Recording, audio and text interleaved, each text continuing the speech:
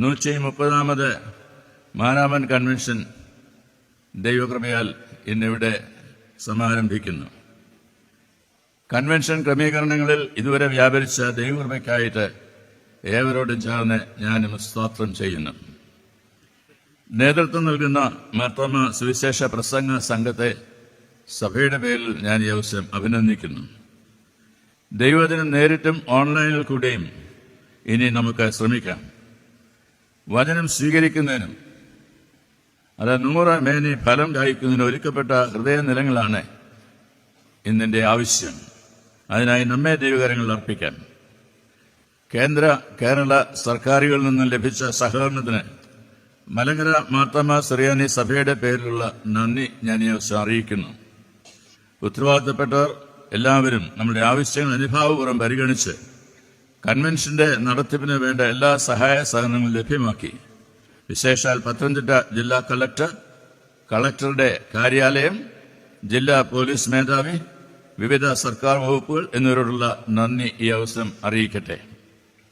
കോഴഞ്ചേരി പുതിയ പാലത്തിന്റെ പണിയിൽ പുരോഗതിയുണ്ടെങ്കിലും ഇപ്പോഴും അത് പൂർത്തീകരണത്തിലെത്തിയിട്ടില്ല. എത്രയും വേഗം പുതിയ പാലം കൺവെൻഷൻ നഗറിലേക്കുള്ള അപ്രോച്ച് റോഡ് ഉൾപ്പെടെ പൂർത്തീകരിക്കാൻ സാധിക്കട്ടെ എന്നത് പ്രത്യേകമായിട്ട് ആഗ്രഹിക്കാം. നമുക്ക് പ്രാർത്ഥിക്കുകയും ചെയ്യാം.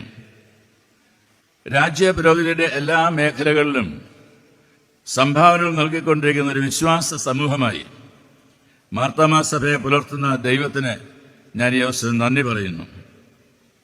മധ്യ തിരുവിതാംകൂറിൽ നിന്നും ചിതറിക്കപ്പെട്ട സഭാമക്കൾ ലോകത്തിന്റെ എല്ലാ വൻകരകളിലും എത്തപ്പെടുകയും അവർ ചെന്ന് ചേർന്ന ഇടങ്ങളിലെല്ലാം സഭയോടുള്ള സ്നേഹത്തിലും സത്യവിശ്വാസത്തിലും നവീകരണ ദർശനത്തിലും നിലനിന്നതിന്റെ ഫലമായി ഒരു ആഗോള സഭയായി വളരുവാൻ തക്കവണ്ണം ഈ ചെറിയ സഭയ്ക്ക് ഇതിനോടകം സാധിച്ചിട്ടുണ്ട്.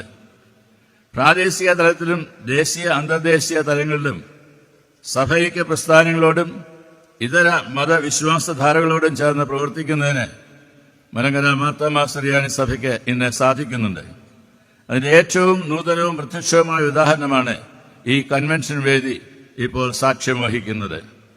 അഖില ലോക സഭാ കൗൺസിലിന്റെ general secretary reverend professor doctor Jerry പിള്ളയാണ് നമ്മളുടെ 130ാമത് മാരാമൻ കൺവെൻഷന്റെ ഉദ്ഘാടന സമ്മേളനത്തിൽ മുഖ്യ പ്രസംഗം ചെയ്ത് നമ്മെ സഹായിക്കുന്നത്, അനുഗ്രഹിക്കുന്നത്.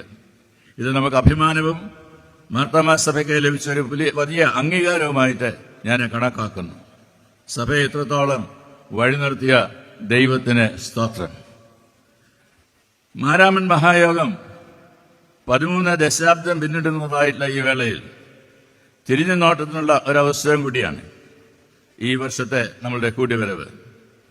കല്ലിശ്ശേരി കടവിൽ മാളികയിൽ നിന്ന് ആരംഭിച്ച് പിന്നീട് ഈ വേദിക്ക് തൊട്ടു താഴെ കൊട്ടം തട്ടി താലി മണൽപ്പുറത്ത് വചനഘോഷത്തിന്റെ തുടക്കവും പിന്നീട് ഇപ്പോൾ കൺവെൻഷൻ നടക്കുന്ന ഈ വീതിയിലേക്കുള്ള മാരാമൻ കൺവെൻഷന്റെ തുടർച്ചയും വളർച്ചയും സഭാജനങ്ങൾക്ക് മാത്രമല്ല പൊതു സമൂഹത്തിന് തന്നെ ആശ്ചര്യം ഉളവാക്കുന്ന സംഗതിയാണ്. അന്ധവിശ്വാസങ്ങളിലും ആചാരങ്ങളിലും മുങ്ങിപ്പോകാമായിരുന്ന ഒരു ജനസമൂഹത്തെ ദൈവവചനത്തിന്റെ തണൽ ചുവട്ടിൽ ഒരുമിച്ച് ഇരുത്തിയപ്പോൾ ഉണ്ടായ വലിയൊരു പരിവർത്തനത്തിന്റെ അത്ഭുത കഥയാണ് മാരാമൻ കൺവെൻഷൻ ഇന്ന് ലോകത്തോടെ പറയുന്നത്. 130 വർഷങ്ങൾ പിന്നിടുന്ന വേളയിൽ മാരാമൻ കൺവെൻഷനെ ആഗോള ക്രൈസ്തവ സംഘമായി പ്രഖ്യാപിക്കുവാനുള്ള നടപടികളെക്കുറിച്ച് സഭ ആലോചിക്കേണ്ട സമയമായി. പമ്പാ നദിയുടെ നിലനിൽപ്പിനായി ഗംഗാ നദിയുടെ മാതൃകയിൽ വരാനിരിക്കുന്ന കേന്ദ്ര പദ്ധതികളിൽ മാരാമണിന് സുപ്രധാന സ്ഥാനം തന്നെ ലഭിക്കേണ്ടതുണ്ട്. ഈ നദീതീരത്ത് നടക്കുന്ന സമാന സംഗമങ്ങൾക്കും അതേ പരിഗണന ലഭിക്കണമെന്നതും ഈ സഭയുടെ ആഗ്രഹമാണ്. കേവലം 20 വർഷങ്ങൾ കൂടി കഴിയുന്നതോടെ മാരാമൻ കൺവെൻഷൻ അതിന്റെ 150ാം വർഷത്തിലേക്ക് കടക്കും. 245 മാരാമൻ സുവർണ ജൂബിലി വർഷമാണ്. 1947 സ്വാതന്ത്ര്യം നേടിയ നമ്മളുടെ രാജ്യം 2047 സ്വാതന്ത്ര്യത്തിന്റെ ശതാബ്ദി ആഘോഷിക്കുവാനുള്ള ഒരുക്കത്തിലുമാണ്.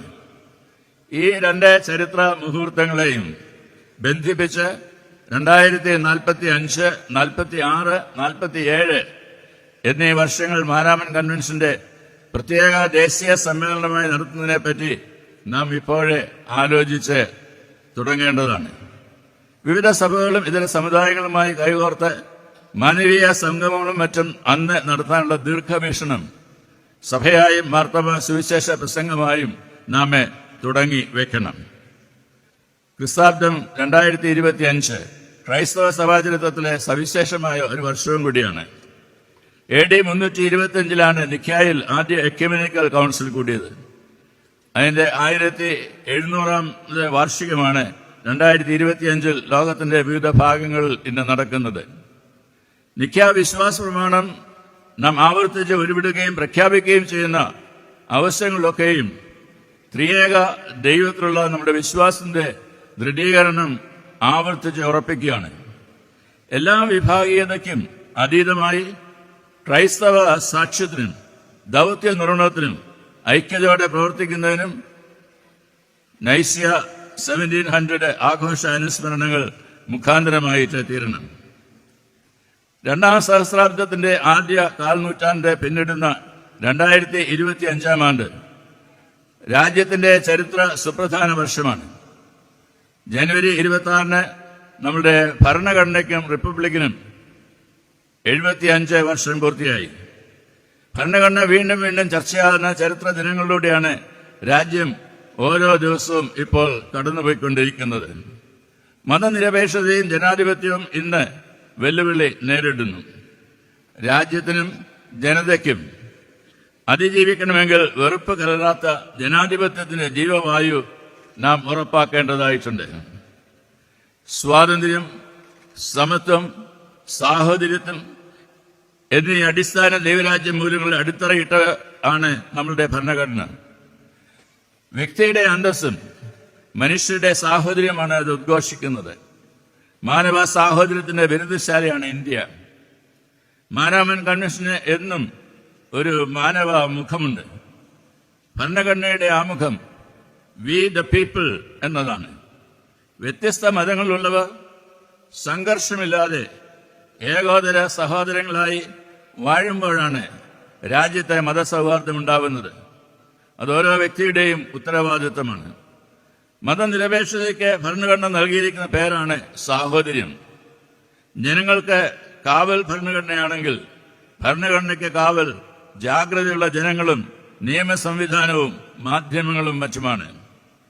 കേവലം പ്രദർശന വസ്തുവായി ഇന്ന് ഭരണഘടനയെ പലരും ഉയർത്തിക്കാട്ടുന്ന പതിവ് ദൃശ്യമാണ്. ഭരണഘടനയെ കാപട്യത്തിനുള്ള നാട്യവസ്തുവാക്കി മാറ്റരുത്. പ്രിയരെ, അനന്തമായ സാധ്യതകളുടേതാണ് ഈ കാലഘട്ടം. We have entered into the digital world and we have already started using the AI, artificial intelligence. അതേസമയം ആശയങ്ങളും വെല്ലുവിളിയും നിറയുന്നതായിട്ടുള്ളൊരു ലോകം. ചരിത്രത്തെ നിയന്ത്രിക്കുന്ന ദൈവം മനുഷ്യനായി ഒരുക്കിയ വലിയ സാധ്യതകളാണ് പുതുകാലത്തിന്റെ പ്രതീക്ഷകൾ. ഡിജിറ്റൽ യുഗ നവസാധ്യതകൾ മാത്രമല്ല, വലിയ വെല്ലുവിളിയും ഒരുക്കുന്നു. ഈ വെല്ലുവിളികളെ അതിജീവിക്കുവാനുള്ള കരുത്താണ് വിശ്വാസ ജീവിതത്തിലൂടെ നാം ഓരോരുത്തരും നേടേണ്ടത്. ദൈവത്തിലുള്ള പൂർണ്ണ വിശ്വാസത്തിലൂടെ, ആശ്രയത്തിലൂടെ ഈ കരുത്തെ ആർജിക്കണം. പുതുതലമുറയെ ഈ വിശ്വാസത്തിൽ ഉറപ്പിച്ച് നിർത്തണം. ഇതിന് കഴിയുന്നില്ലെങ്കിൽ നാം ചെന്നെ പതിക്കുക വലിയ ദുരന്തത്തിൽ ആയിരിക്കും. വ്യക്തി, കുടുംബ, സാമൂഹിക ജീവിതങ്ങളിൽ ജാഗ്രതയും സൂക്ഷ്മതയും ഉണ്ടാവണം. കാലമൊരുക്കുന്ന സാധ്യതകളുടെ സമൃദ്ധിയിൽ മൂല്യങ്ങൾ നഷ്ടമാകുന്ന മനുഷ്യനെ ലോകമെങ്ങും ഇന്ന് ദർശിക്കുന്നു. അത് വളരുന്ന കുറ്റകൃത്യങ്ങളായും യുദ്ധങ്ങളായും വംശീയ കലാപങ്ങളായും നിലയ്ക്കാത്ത പ്രകൃതി ദുരന്തങ്ങളായും കൂട്ടപലായനങ്ങളായും ലോകത്ത് ദൃശ്യമാകുന്നു. ക്രിമിനലുകളെ സൃഷ്ടിക്കുന്നതാണ് മാറിവരുന്ന സാമൂഹ്യ അന്തരീക്ഷം. പുതുവർഷം പറഞ്ഞത് 14കാരൻ ഒരാളെ കൊന്ന വാർത്തയുമായിട്ടാണ്. പ്രായപൂർത്തിയാകാത്ത കുട്ടികൾ പോലും ക്രിമിനൽ കേസുകളിലും പോസ്കോ കേസുകളിലും പ്രതികളാകുന്നു. സൈബർ കുറ്റകൃത്യങ്ങളും വെർച്വൽ തട്ടിപ്പുകളും വളരുന്നു. ഇത് നിസ്സാരമായി നാം കണ്ടുകൂടാൻ. ക്രൂരമായ കൊലപാതകങ്ങളുടെ വാർത്തകളാണ് ദിവസവും കേൾക്കേണ്ടി വരുന്നത്. മാരക ലഹരി വസ്തുക്കളുടെ ഉപഭോഗം പ്രത്യേകിച്ച് കുഞ്ഞുങ്ങളിൽ വളർന്നു വരുന്നു. കുഞ്ഞു മനസ്സുകളിൽ ക്രിമിനൽ ചിന്ത ഉണർത്തുന്നതിൽ ലഹരി ഉപയോഗം വലിയ പങ്ക് വഹിക്കുന്നുണ്ട്. ആരാണ് ഉത്തരവാദി? സ്കൂൾ, കോളേജ് ക്യാമ്പസുകളിൽ ലഹരി ഉപഭോഗം വർദ്ധിച്ചിട്ടും നടപടിയെടുക്കാത്തവർ നിസ്സംഗത കാട്ടുന്നു. കഴിഞ്ഞ പൊതു സംവത്സരത്തിൽ കേരളം കുടിച്ചു തീർത്തത് അനേക കോടികളുടെ മദ്യമാണ്. സർക്കാരിന്റെ പ്രധാന വരുമാനം മദ്യവിൽപ്പനയിൽ നിന്നായതിനാൽ മദ്യ ഉപഭോഗത്തെ സർക്കാരും ഇന്ന് പ്രോത്സാഹിപ്പിക്കുന്നില്ലേ? മലയാളിയുടെ മാനസികാരോഗ്യം തകർക്കുന്നതിൽ മദ്യവും മയക്കുമരുന്നുകളും വഹിക്കുന്ന പങ്ക് ചെറുതല്ല. പാലക്കാട്ട് ബ്രൂവറി തുറക്കാനായി സർക്കാർ നടത്തുന്ന നീക്കങ്ങൾ ഇപ്പോൾ തന്നെ മദ്യത്തിൽ മുങ്ങിയ ഈ നാടിനെ സർവനാശത്തിലേക്ക് നയിക്കുമോ എന്നതാണ് നമ്മുടെ ഉത്കണ്ഠ. ലഹരിക്ക് എതിരായ പോരാട്ടങ്ങളിൽ ഇതര സമുദായങ്ങളുമായി കൈകോർക്കുവാൻ നമുക്കിടയാവണം. ചെറുകോൽപ്പുഴ കൺവെൻഷനെത്തിയ RSS മേധാവി ഡോക്ടർ മോഹൻ ഭാഗവത് കുട്ടികളെയും യുവാക്കളെയും ധർമ്മബോധത്തിൽ വളർത്തേണ്ട ആവശ്യകത ഊന്നിപ്പറയുകയുണ്ടായി. ലഹരിക്ക് എതിരായ പോരാട്ടം ആരംഭിക്കേണ്ടത് കുടുംബങ്ങളിലെ സ്നേഹ അന്തരീക്ഷത്തിൽ നിന്നാണെന്നും അദ്ദേഹം കൂട്ടിച്ചേർത്തു. ഇവ ശ്ലാഘനീയമാണ്. ലഹരി മരുന്നിനെതിരായ പോരാട്ടത്തിൽ വിവിധ സമുദായ സംഘടനകളുമായി ചേർന്ന് പ്രവർത്തിക്കുവാൻ മാർത്തോമാ സഭ സന്നദ്ധമാണെന്ന കാര്യവും ഞാനിവിടെ പ്രസ്താവിക്കട്ടെ. കുഞ്ഞുങ്ങൾക്ക് മൂല്യബോധം പകർന്നു നൽകുവാൻ കുടുംബങ്ങൾക്ക് കഴിയുന്നില്ല എന്ന് അടുത്ത സമയത്ത് ഫ്രാൻസിസ് മാർപ്പാപ്പ തിരുമേനിയും അഭിപ്രായപ്പെടുകയുണ്ടായി. നാം ശ്രദ്ധിക്കണം. ഇന്ന് വിവാദങ്ങൾ ഉൽപ്പാദിപ്പിക്കുന്ന ഫാക്ടറി ആയിട്ട് കേരളം മാറിയിരിക്കുന്നു. വിവാദങ്ങൾക്ക് അര ദിവസത്തെ ആയുസ് പോലും ഉണ്ടാവില്ല. അടുത്ത ദിവസം പുതിയ വിവാദങ്ങൾ സൃഷ്ടിക്കപ്പെടും. ആദരണീയരെ പോലും വിവാദങ്ങളിലേക്ക് വലിച്ചഴക്കപ്പെടുന്നു. ഇല്ലാ കഥകൾക്ക് നാം ചെവി കൊടുക്കരുത്. ഇല്ലാ കഥകൾ തോന്നുമ്പടി പ്രചരിപ്പിക്കുവാൻ നെഞ്ചു വിരിച്ചു നിൽക്കുന്ന സാമൂഹ്യ മാധ്യമ ഇടങ്ങൾ സത്യത്തിന്റെ കുരുതിക്കളമായി മാറുന്നു. വിയോജിപ്പിന്റെ ശബ്ദങ്ങളോട് ഒരു സഹിഷ്ണുതയെ പുലർത്താത്തവരാണ് ലോകത്ത് ഇന്ന് നാം കാണുന്നത്. വരുതിക്ക് നിൽക്കാത്തവന് കുരുതി കൊടുക്കുന്ന കാലം. വ്യക്തിപരമായ അഭിപ്രായങ്ങൾക്കും വികാരങ്ങൾക്കും യഥാർത്ഥ വസ്തുതകളേക്കാൾ പ്രാധാന്യം നൽകുകയും ഇത്തരം വ്യാജ പ്രചരണങ്ങളിലൂടെ പൊതുസമൂഹത്തിന്റെ അഭിപ്രായത്തെ വഴിതിരിച്ച് തങ്ങൾക്ക് അനുയോജ്യമായിട്ടുള്ള വിധത്തിലുള്ള ഫലങ്ങളിലേക്ക് എത്തിച്ച് വിജയം കൊയ്യുകയും ചെയ്യുന്നതിനെയാണ് സത്യാനന്തര ലോകം എന്ന് പറയുന്നത്. ലഭിക്കുന്ന വിവരങ്ങൾ, നോളജ്, വസ്തുതാ പരിശോധന, ഫാക്ട് ചെക്കിംഗ് ഇല്ലാതെ വാർത്തയാക്കി മാറ്റുന്നത്, ന്യൂസാക്കി മാറ്റുന്നതാണ് ഇന്നത്തെ അപകടം. ഇത് ഗൗരവകരമായിട്ടുള്ള ഒരു കാര്യമാണ്. പത്രങ്ങളിലെയും ഉത്തരവാദിത്വമുള്ള ചാനലുകളുടെയും മറ്റും എഡിറ്റർമാരെ നാം ആദരവോടെ കാണേണ്ടതും അതിനാലാണ്. സമൂഹ മാധ്യമ ഉപയോഗത്തിൽ വിശ്വാസ സമൂഹവും കുറച്ചുകൂടെ മാന്യതയും മാതൃകയുമായി വർത്തിക്കണമെന്ന് അഭിപ്രായപ്പെടുന്നു. സൈബർ ധാർമ്മികത നിലനിർത്തണം. സോഷ്യൽ മീഡിയയിലെ ഗോസിപ്പുകൾ, സൈബർ ലോകത്തിലൂടെയുള്ള സാമ്പത്തിക തട്ടിപ്പുകൾ എന്നിവ സ്വൈര്യ ജീവിതത്തെ തകർക്കുന്നവയാണ്. ഇത്തരം സാമൂഹിക പരിസരത്തിലാണ് ദൈവവചനത്തിന്റെ കാലിക പ്രസക്തി. നമുക്ക് ലഭിക്കുന്ന വിവരങ്ങളെ ദൈവവചനത്തിന് മുമ്പാകെ ശോധന ചെയ്യുമ്പോൾ ദൈവം നമ്മുടെ മനസ്സിൽ പുതിയ ഉൾക്കാഴ്ചകളുടെ വെളിച്ചം പകർന്നു തരും. പക്വതയോടെ വേണ്ട തീരുമാനങ്ങൾ എടുക്കുവാനും ഇത് നമ്മെ സഹായിക്കും. അന്ധവിശ്വാസ നിരോധന ബിൽ നടപ്പിലാക്കുവാൻ വൈകരുത്. ശ്രീനാരായണ ഗുരുവും ചട്ടമ്പിസ്വാമികളും അനേകരായ സ്വാമിമാരും ബിഷപ്പുമാരും ആചാര്യന്മാരും ജനിച്ച് വളർന്ന നാടായിട്ടും കേരളം എന്ന അന്ധവിശ്വാസങ്ങളുടെ പേരിൽ കൊലപാതകങ്ങൾ പോലും നടക്കുന്ന നാടായിട്ട് മാറിയിരിക്കുന്നു. ജസ്റ്റിസ് KJ തോമസ് ചെയർമാനായി 2019 നിർമ്മിച്ച അന്ധവിശ്വാസ നിരോധന നിയമം നടപ്പിലാക്കാനും ബോധവൽക്കരണം ശക്തമാക്കുവാനും സർക്കാർ ശ്രമിക്കണം. ജീവന്റെ ഉറവിടമായ ദൈവത്തിൽ നിന്ന് വേർപെട്ടിരിക്കുന്ന അവസ്ഥ വെടിഞ്ഞ് ദൈവസ്നേഹത്തിന്റെ തണലിട സംസ്കാരത്തിലേക്ക് കേരളത്തെ നമുക്ക് വഴിതിരിച്ചു വിടാം. എളുപ്പം സമ്പന്നനാകാനും രോഗശാന്തിയുമൊക്കെ ഏത് പ്രവൃത്തി ചെയ്യുവാനും മനുഷ്യൻ തയ്യാറാണ്. മരണാനന്തര ജീവിതം തേടിപ്പോയത് ഉയർന്ന വിദ്യാഭ്യാസ യോഗ്യതയുള്ള 3 ചെറുപ്പക്കാരാണ്. സമൃദ്ധമായ ജീവന്റെ അനുഭവക്കാരായി സഭ മാറേണ്ടതിന്റെ ആവശ്യകത ദൈവജനം നമ്മെ ഓർമ്മിപ്പിക്കുന്നു. റോഡിൽ ഉരുത്തിരിയണം പുതിയ ഗതാഗത സംസ്കാരം. കഴിഞ്ഞ വർഷം കടന്നുപോയത് നമ്മുടെ ജില്ലയിലെ 3 കുടുംബങ്ങളെ പൂർണ്ണമായ നാമാവശേഷമാക്കിയ 3 വ്യത്യസ്ത വാഹന അപകടങ്ങൾ അവശേഷിപ്പിച്ച മുറിവുകൾ ബാക്കി വെച്ചിട്ടാണ്. അമിത വേഗമല്ല, കരുതലുള്ള യാത്രകൾക്കാണ് വഴി തുറക്കേണ്ടത്. Car വിൽക്കുന്നതിലല്ല, care ഗിവേഴ്സിനെ സൃഷ്ടിക്കുന്നതിലാണ് താല്പര്യപ്പെടേണ്ടത്. നീതിബോധവും മനുഷ്യസ്നേഹവും അവരിനെ കൂടി കരുതുകയും ചെയ്യുന്ന പുതിയ ഒരു ഗതാഗത സംസ്കാരത്തിലേക്ക് കേരളത്തിന്റെ ദിശാബോധത്തെ വഴിതിരിച്ചു വിടുവാൻ ഇടയാകട്ടെ എന്ന് നാം എന്നും പ്രാർത്ഥിക്കണം. പോലീസിനെ പോലും ഗുണ്ടാക്കൾ ചവിട്ടിക്കൊല്ലുന്നത് മൂലം ജനങ്ങൾ കഴിയുന്നത് എന്ന ഭയത്തിലാണ്. നമ്മുടെ പോലീസ് സേന എന്നും നമ്മുടെ അഭിമാനമാണ്. അവരെ അതിന് ആദ്യമേ അഭിനന്ദിക്കട്ടെ. എല്ലായ്പ്പോഴും വിമർശന വിധേയരാക്കാതെ അവരുടെ അന്വേഷണ മികവിനെ അംഗീകരിക്കുവാൻ സമൂഹവും മാധ്യമങ്ങളും തയ്യാറാകണം. പ്രശ്നാധിഷ്ഠിത പിന്തുണ നൽകണം. ലഹരിക്ക് അടിമയായ ഒരു അക്രമിയുടെ ചവിട്ടേറ്റ് ദാരുണമായി ഒരു പോലീസ് ഓഫീസർ കൊല്ലപ്പെട്ട വാർത്ത നടുക്കത്തോടെ അല്ലാതെ നമുക്ക് ശ്രവിക്കാനാവില്ല. ഇത് പോലീസ് സേനയുടെ മനോവീര്യം കെടുത്താതിരിക്കട്ടെ. ഡ്യൂട്ടി കഴിഞ്ഞ് തിരികെ വീട്ടിലേക്ക് പോകുമ്പോഴാണ് ഒരു ഗൃഹനാഥൻ കൂടിയായ ശ്യാം പ്രസാദ് സംഘർഷ ദൃശ്യം കാണുകയും ഇതിൽ ഉത്തരവാദിത്തോടെ ഇടപെടുകയും ചെയ്തത്. അദ്ദേഹത്തിന് നീതിബോധം കേരള സമൂഹത്തിന് എന്നും മാതൃകയായിരിക്കട്ടെ. ഒരു കാലത്തെ കേരളത്തിലെ പല രാഷ്ട്രീയ യുവജന പ്രസ്ഥാനങ്ങളും ഇതുപോലെയായിരുന്നു. അനീതിയോടുള്ള പ്രതികരണമായിരുന്നു അവരുടെ മുഖമുദ്ര. എന്നാൽ ഇന്ന് അങ്ങനെയല്ല. സങ്കീർത്തനം 12:5 പറയുന്നത് പോലെ എളിയവരുടെ പീഡയും ദരിദ്രന്മാരുടെ ദീർഘശ്വാസം മൂലം നിരങ്ങുന്ന സ്ഥിതിയിലാണ് നമ്മുടെ നാട്. എന്നാൽ പോലീസിന്റെ നരനായിട്ടും വെച്ചുറപ്പിക്കരുത്. പോലീസ് വിവാഹ പാർട്ടിയെ ആക്രമിച്ച സംഭവം നമ്മുടെ ജില്ലയിൽ തന്നെ കഴിഞ്ഞ ദിവസം സംഭവിച്ചു. അക്രമവാസനയും രാഷ്ട്രീയ വിധേയത്വവുമല്ല പോലീസിനെ നയിക്കേണ്ടത്. പാവപ്പെട്ട ജനങ്ങളുടെ സംരക്ഷകർ എന്ന തിരിച്ചറിവാണ് പോലീസ് സേനയുടെ കരുത്ത് എന്ന് മറന്നു പോകരുത്. ചോര ചിന്തുന്ന വെള്ളിത്തിര വിപത്തിലേക്ക് ഇന്ന് നമ്മുടെ ലോകത്തെ നയിക്കും.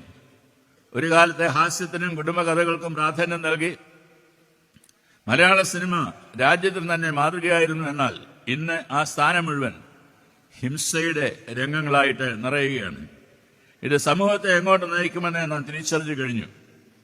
ക്രൈം, അശ്ലീല വാർത്തകൾ കുത്തി നിറയ്ക്കുന്നതിലാകരുത് മാധ്യമങ്ങൾക്ക് താല്പര്യം. ഇന്നത്തെ മാധ്യമ സംസ്കാരത്തിൽ വളരുന്ന കുഞ്ഞുങ്ങൾക്ക് എവിടെ നിന്ന് പോസിറ്റീവ് ചിന്തകൾ കിട്ടും?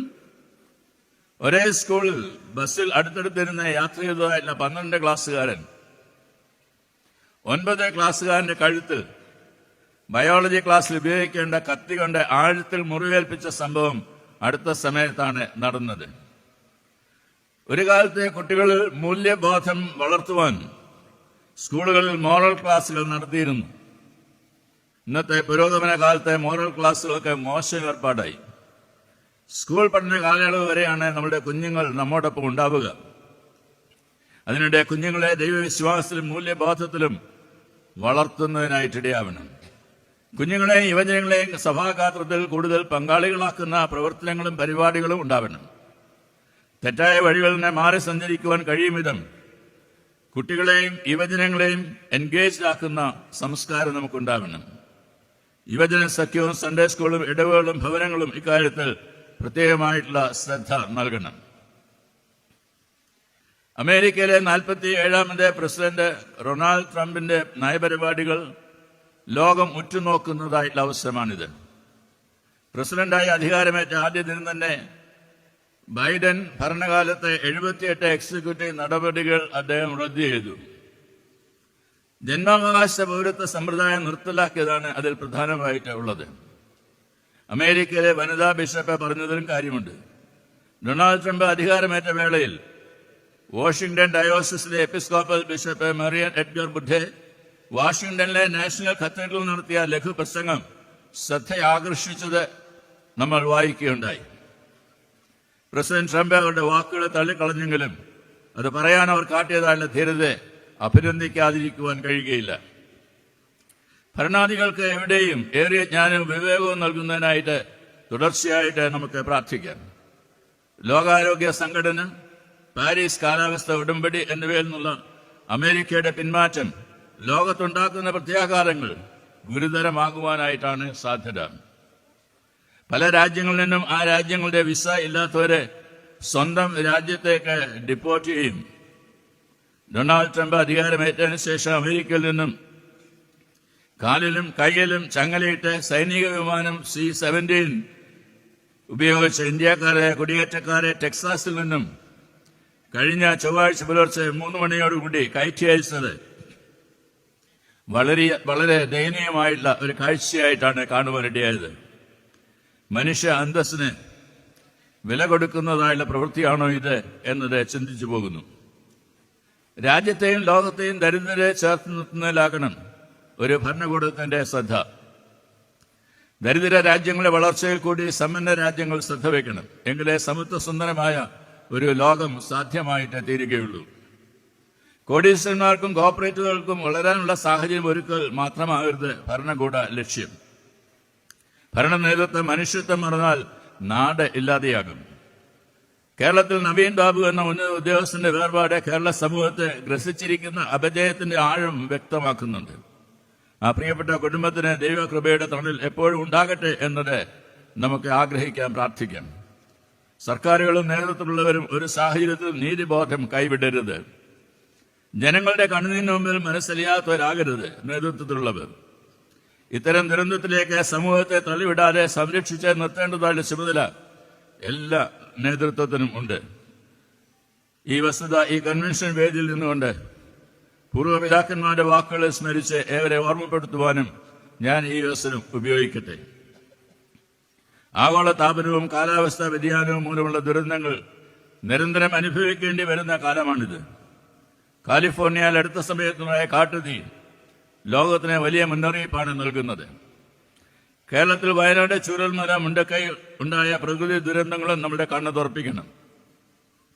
സൃഷ്ടികളുടെ സൂക്ഷിപ്പുകാരനാവാനാണ് ദൈവം നമുക്ക് മനുഷ്യനെ നൽകിയിരിക്കുന്നതായിട്ടുള്ള നിയോഗം. സൂക്ഷിപ്പുകാരൻ ഉടമസ്ഥനാവുകയും സ്വാർത്ഥനാവുകയും ചെയ്തതിന്റെ ദുരന്ത ഫലങ്ങളാണ് ലോകം ഇന്ന് നേരിടുന്നത്. ദുരന്തങ്ങൾ ഉണ്ടാകുമ്പോൾ മാത്രം പരിസ്ഥിതി സംരക്ഷണത്തെ പറ്റി ചിന്തിക്കുന്ന ഏർപ്പാട് മാറണം. ദുരന്തങ്ങൾക്ക് ഇരയാവുന്നവരുടെ പുനരധിവാസം പ്രഖ്യാപനങ്ങളിൽ മാത്രമാകരുത്. സമയബന്ധിതമായി കർമ്മ പദ്ധതികൾ പൂർത്തീകരിക്കുന്നതിനായിട്ടിടയാവണം. ചൂരൽമല, മുണ്ടക്കൈ പ്രദേശങ്ങളിലെ ദുരിതബാധിതരുടെ പുനരധിവാസത്തിന് സർക്കാർ കൂടുതൽ ഇച്ഛാശക്തി കാട്ടണം എന്നത് ഞാൻ അറിയിക്കട്ടെ. മാരാമൺ കൺവെൻഷൻ പരിസ്ഥിതിയുടെ വീണ്ടെടുപ്പിന്റെ വേദി കൂടിയാണ്. കേരളം ഉൾപ്പെടെ ലോകത്തിന്റെ പല ഭാഗങ്ങളിലും ജലക്ഷാമവും വർദ്ധിക്കുന്നു. വന്യജീവികൾ കാട്ടിൽ നിന്ന് നാട്ടിലേക്ക് ഇറങ്ങി ജനങ്ങളുടെ ജീവനെ ഭീഷണിയായിട്ട് മാറുന്നു. ഈ സാഹചര്യത്തിൽ കേരളത്തെ കാലാവസ്ഥ അടിയന്തരാവസ്ഥ പ്രദേശമായി പ്രഖ്യാപിച്ച് പ്രകൃതിയുടെ നഷ്ടതാളം വീണ്ടെടുക്കണം. വന്യജീവികൾക്ക് കാട്ടിൽ തന്നെ ഭക്ഷണവും വെള്ളവും ഉറപ്പാക്കണം. പമ്പാ നദിയുടെ പാരിസ്ഥിതിക ദുരന്തം മാരാമൺ കൺവെൻഷനെയും വേദനയാണ്. ഭൂമിയെ കരുതിയുള്ള വികസനത്തിനാവണം സർക്കാരും ജനങ്ങളും ഊന്നൽ നൽകേണ്ടത്. പരിസ്ഥിതിയും കാലാവസ്ഥാ മാറ്റവും മാരാമൺ കൺവെൻഷന്റെയും മാർത്തോമാ സഭയുടെയും സജീവ പരിഗണനയിലുള്ള വിഷയങ്ങളാണ്. കല്ലിശ്ശേരി മുതൽ മാരാമൺ വരെ മാർത്തോമാ പരിസ്ഥിതി കമ്മീഷനിലൂടെ നടപ്പിലാക്കിയ പരിസ്ഥിതി പദയാത്ര ഏറെ ശ്രദ്ധേയമായിരുന്നു. ഈ കാലഘട്ടത്തിൽ കൂടുതൽ കാറുകളല്ല, കൂടുതൽ പൊതുവാഹനങ്ങളും ധൂർത്തും ആർഭാടവും വലിച്ചെറിയലുമാണ് ജീവിത രീതിയിലേക്ക് മാറി വിശ്വാസ സമൂഹം നാടിന് മാതൃക കാട്ടേണ്ടത്. അതിനുള്ള പരിശീലന വേദി കൂടിയാണ് ഈ മാരാമൺ കൺവെൻഷൻ. നമ്മുടെ പൂർവികരുടെ കാലടികൾ പതിഞ്ഞ മാരാമണിന്റെ പ്രകൃതിയുടെ വരദാനമായി മണൽത്തൊട്ട് ഓലപ്പന്തലിനായി ഓരോ വീട്ടിലും ഓരോ മാരാമൺ തെങ്ങ് നട്ട് കൽപ്പവൃക്ഷമായി സമൃദ്ധി കൂട്ടി നമുക്ക് അത് വീണ്ടെടുക്കുന്നതിനായിട്ട് ശ്രമിക്കാം. ഓലമിടച്ചിൽ പോലെയുള്ള നാടൻ അറിവുകളും ശീലങ്ങളും നാം മറന്നു പോകരുത്. വിശുദ്ധ യോഹന്നാന്റെ സുവിശേഷം 10-ാം അധ്യായത്തിന്റെ 10-ാമത്തെ വാക്യം നമ്മെ ഓർമ്മിപ്പിക്കുന്നു, അവർക്ക് ജീവനുണ്ടാകുവാനും സമൃദ്ധിയായിട്ടുണ്ടാകുവാനും അത്രയും ഞാൻ വന്നിരിക്കുന്നത്. യേശു പറഞ്ഞു, നല്ല ഇടയനാകുന്നു. നല്ല ഇടയനാകുന്നത് ആടുകൾക്ക് വേണ്ടി തന്റെ ജീവനെ കൊടുക്കുന്നതിലൂടെയാണ്. അവൻ വന്നത് നമുക്ക് ജീവൻ ഉണ്ടാകുവാൻ മാത്രമല്ല, സമൃദ്ധമായ ജീവൻ എല്ലാവർക്കും ഉണ്ടാകുവാനാണ്. അന്യോന്യ ബന്ധങ്ങളുടെ പശ്ചാത്തലത്തിലാണ് സമൃദ്ധമായ ജീവൻ ഉണ്ടാകേണ്ടത്. പരസ്പര സ്നേഹവും കരുതലും ആശ്രയവും ഒക്കെയാണ് പരസ്പര ബന്ധങ്ങൾ പ്രകടമാകേണ്ടത്. അപ്പോഴാണ് അത് ജീവദായക ബന്ധമായിട്ട് മാറുന്നത്. അതുകൊണ്ട് സഭ ഒരു ജീവദായക സമൂഹമാണ്. നമ്മെ വീണ്ടെടുത്ത ക്രിസ്തുവുമായുള്ള ബന്ധത്തിന് ആഴപ്പെടലാണ് വചനങ്ങളിലൂടെ നമുക്ക് ഉണ്ടാവേണ്ടത്. അവനെ ബഹുമാനിക്കണം. ക്രിസ്തു മനുഷ്യനായി തീർന്നു എന്നത് ദൈവത്തിന് ഈ ലോകത്തുള്ള സ്നേഹത്തിന്റെ സൂചനയാണ്. ഈ പ്രപഞ്ചത്തിലെ ഓരോ ജീവനും വിലപ്പെട്ടതാണ്. ഓരോ ജീവിതത്തിനും അന്തസ്സും പവിത്രതയുമുണ്ട്. ദൈവവചനത്തിന്റെ അടിസ്ഥാനത്തിൽ സമൃദ്ധമായ ജീവന്റെ സമകാലിക വെല്ലുവിളികൾ നാം തിരിച്ചറിയുന്നതിനും ഘോഷിക്കുന്നതിനും ഇടയായിട്ട് തീർന്നു. സമൃദ്ധമായ ജീവൻ സാധ്യമാക്കുന്നതിന് എല്ലാവർക്കും ആരോഗ്യം ഉറപ്പാക്കുകയും സഭയിലും സമൂഹത്തിലും ജനാധിപത്യ മൂല്യങ്ങൾ സംരക്ഷിക്കപ്പെടുകയും വേണം. പ്രിയരെ, ഞാൻ എൻ്റെ വാക്കുകളെ ഉപസംഹരിക്കട്ടെ. വർത്തമാനകാല സംഭവങ്ങളെ ദൈവസ്നേഹത്തിൽ അഭിമുഖീകരിച്ച് സമൂഹത്തിൽ പരിവർത്തനത്തിന്റെ ചാലകശക്തിയാകുവാനുള്ള മാർഗനിർദ്ദേശം നൽകുന്ന വചന ദൂതുകൾ മാരാമൻ കൺവെൻഷനിലൂടെ ലഭ്യമാകുന്നതിനുള്ള പരിശ്രമങ്ങളാണ് ഈ വർഷവും ആഗ്രഹിച്ച് ക്രമീകരണം ചെയ്തിരിക്കുന്നത്. ദൈവവചന കേൾവി നമ്മിൽ പുത്തൻ തിരിച്ചറിവുകൾ നൽകട്ടെ. നമ്മുടെ ജീവിതവും നമ്മുടെ എല്ലാ ഇടപെടലുകളും സാക്ഷ്യ ജീവിതത്തിന്റെ അടയാളപ്പെടുത്തലാകട്ടെ. അനുതാപഹൃദയത്തോടെ മാനസാന്തരത്തിന്റെ അനുഭവത്തിലേക്ക് പ്രവേശിക്കുന്നതിന് ദേശവും ജനതകളും ഒരുക്കപ്പെടണം. അതിന് 2025 കൺവെൻഷൻ മുഖാന്തരമാകട്ടെ എന്നത് പ്രാർത്ഥിക്കുന്നു. കർത്താവ് അതിനായി നമ്മെ ഒരുക്കട്ടെ, പ്രാപ്തരാക്കട്ടെ എന്ന് പ്രാർത്ഥിച്ചുകൊണ്ട് 130ാമത് മാരാമൻ കൺവെൻഷൻ ഏറെ വിനയപൂർവ്വം ത്രിയേക ദൈവത്തിന്റെ നാമത്തിൽ ഉദ്ഘാടനം ചെയ്തതായിട്ട് ഞാൻ അറിയിക്കുന്നു. പുത്തൻ തീരുമാനങ്ങളോടുകൂടി ഓരോരുത്തരും ഭവനങ്ങളിലേക്കും പ്രവർത്തനങ്ങളിലേക്കും മടങ്ങുവാൻ കോണം സുവിശേഷം നമ്മിൽ പ്രവർത്തിക്കട്ടെ. അതിനായിട്ട് നമ്മെ ദൈവകരങ്ങളിൽ സമർപ്പിക്കുകയും ചെയ്യാം.